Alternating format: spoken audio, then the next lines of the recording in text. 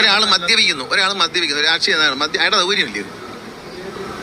സൗകര്യമില്ലേ ഇത് പിന്നെ മറ്റേ ആളെ കുറിച്ച് പറഞ്ഞ കാര്യം എൻ്റെ അടുത്ത് മറ്റേ IVF നടത്തുന്ന കടകളിലെ ആ പാലക്കാട് ഭാഗത്തുള്ള എല്ലാ IVF നടത്തുന്ന സ്ഥാപനങ്ങളും അടച്ചു.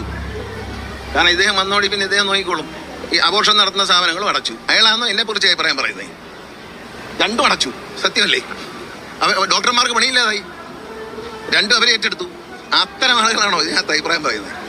അവർക്ക് വേണ്ടി കുഴലുവാൻ നടക്കുന്നവന്മാരല്ലേ എന്ന് അഭിപ്രായം പറയുന്നത്? പത്തനാപുരത്ത് എടുത്ത അഭിപ്രായം പറഞ്ഞു. അവൻ്റെ പ്രധാന ജോലി പാറ പൊട്ടിപ്പും അഴിമതിയും കൊള്ളയും പിടിച്ചുപറിയാണ്. ബ്ലോക്ക് പഞ്ചായത്തിൽ നിന്ന് ദയനീയമായി തോറ്റ ആളാണ്. അതിനൊന്നും നമ്മൾ മുഖവിലേക്ക് എടുക്കണ്ട.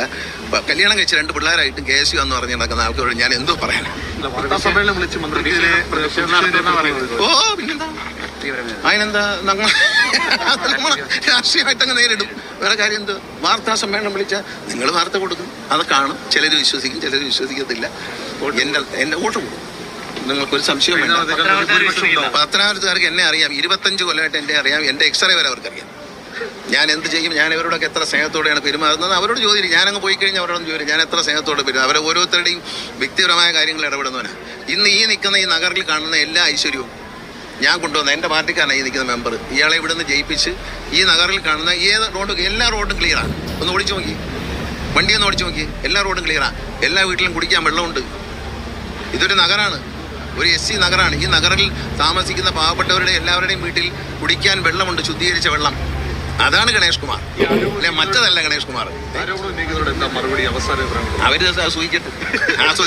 ഇത് തന്നെ ഒരു സുഖമല്ലേ? ഇത് വായിക്കുന്ന ഒരു സുഖം, മനസ്സിലായില്ലേ? ഈ സിനിമയിൽ നിൽക്കുന്ന കാലത്ത് ഇങ്ങനെ സംഭവമുണ്ട്. ഇപ്പൊ ഗണേഷ് കുമാറും വേറൊരു നടിയുമായിട്ട് പ്രണയമാണെന്ന് പറഞ്ഞാൽ ആ നടിയെ അറിയാം, ഗണേഷ് കുമാറിനെ അറിയാം. അപ്പൊ ഇമാജിൻ ചെയ്യും, കൊള്ളാലോ, എളുപ്പമുണ്ട്. ഞാനും സുമതിക്കുട്ടി അമ്മയും തമ്മിൽ പ്രണയത്തിലാണെന്ന് പറഞ്ഞാൽ സുമതിക്കുട്ടി അമ്മ ആർക്കും അറിയത്തില്ല, എന്നെ മാത്രമേ അറിയത്തുള്ളൂ. രണ്ടുപേരെയും അറിയാവുന്നവരാണെങ്കിൽ നല്ല രീതിയിൽ ആസ്വദിക്കാം. ഇതൊരു രോഗമാണ്. ഇത് നമ്മൾ മലയാളിക്ക് ഈ ഒരു പീപ്പിംഗ് ടെൻഡൻസി എന്നൊരു സ്വഭാവം ചില ആൾക്കാർക്കുണ്ട്. ഭൂരിപക്ഷത്തിനില്ല, കുറേ ആൾക്കാർക്കുണ്ട്.